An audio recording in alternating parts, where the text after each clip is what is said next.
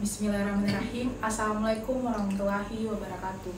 Puji syukur kita panjatkan kepada kehadirat Allah Subhanahu wa Ta'ala karena kita masih diberikan kesempatan dan kesehatan untuk melaksanakan kegiatan kita pada hari ini, yaitu melakukan penyuluhan. Baiklah, perkenalkan, nama saya Nur Akila Fadia, mahasiswi dari Fakultas Kedokteran Gigi Universitas Hasanuddin. Baiklah, Bapak Ibu sekalian, pada hari ini saya akan membawakan penyuluhan mengenai perawatan kesehatan gigi dan mulut pada penderita stroke. Sebelumnya, kita harus mengetahui bersama bahwa stroke merupakan penyakit yang ditandai dengan kematian jaringan otak karena berkurangnya aliran darah dan nutrisi ke otak akibat sumbatan, penyempitan, dan atau pecahnya pembuluh darah. Di mana Bapak Ibu sekalian, stroke merupakan faktor utama kecacatan pada orang dewasa, di mana pada pasien stroke dapat merasakan paralisis, kelemahan, kelumpuhan, hilangnya sensasi di wajah, kesulitan bernafas, kesulitan menelan, dan gangguan kesadaran. Kesulitan menelan dan gangguan kesadaran ini dapat mengakibatkan pasien rentan mengalami kekurangan sekresi saliva akibat ketidakmampuan pasien untuk makan, minum, bernafas melalui mulut, dan mendapatkan terapi oksigen. Masalah sekresi saliva inilah yang dapat memicu timbulnya mikroorganisme di dalam rongga mulut. Baiklah, Bapak Ibu sekalian, selanjutnya saya akan memaparkan mengenai masalah yang dapat timbul pada penderita stroke yang mempengaruhi kesehatan gigi dan mulut. Di sini terdapat penyakit periodontal dan karies gigi. Karies gigi merupakan gigi berlubang yang dapat menimbulkan faktor sistemik, di mana bakteri rongga mulut itu dapat menyebar melalui pembuluh darah. Kemudian yang kedua yaitu penyakit periodontal. Pasien stroke itu sulit melakukan aktivitasnya sehari-hari, terutama dalam merawat kesehatan gigi dan mulutnya, sehingga pada penderita stroke itu rentan mengalami penyakit seperti saja penyakit periodontal. Hal ini dapat menjadi bahaya jika pasien stroke sedang dirawat dengan gangguan kesadaran yang rendah karena membatasi aktivitas pasien dalam melakukan perawatan gigi dan mulutnya. Apalagi pasien stroke sulit mengonsumsi makanan secara oral sehingga dapat membuat mulut menjadi kering. Selanjutnya, Bapak Ibu sekalian, terdapat hal-hal yang harus dihindari pada pasien stroke, yaitu peringatan. Yang pertama yaitu hindari perawatan dental di 6 bulan pertama, dan juga hindari mengonsumsi minuman dan obat kumur yang mengandung alkohol.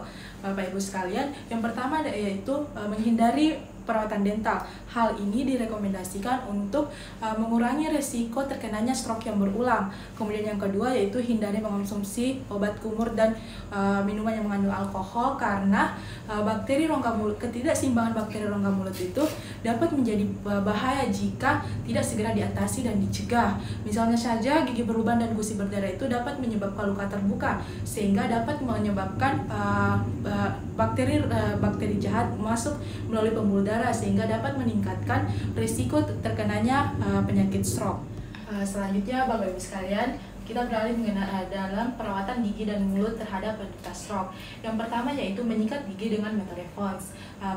Menyikat gigi dengan metode Fons ini merupakan salah satu teknik menyikat gigi, teknik minor pada pasien disabilitas yang dengan gerakan sirkular yang dinilai efektif, sederhana, dan tidak menyebabkan iritasi pada gingiva, sehingga penggunanya itu sesuai dengan kondisi rongga mulut.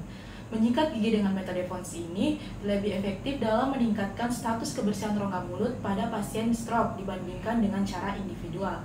Hal ini disebabkan oleh karena metode Fons merupakan metode sikat gigi baku dengan gerakan sirkular yang cenderung lebih dapat menjangkau sela-sela proksimal, pit, dan fissure, sehingga sering digunakan oleh pasien disabilitas termasuk pada penderita stroke meskipun kondisi fungsi otot wajah termasuk sistem stomatokinetiknya itu menurun. Kemudian yang kedua yaitu oral hygiene.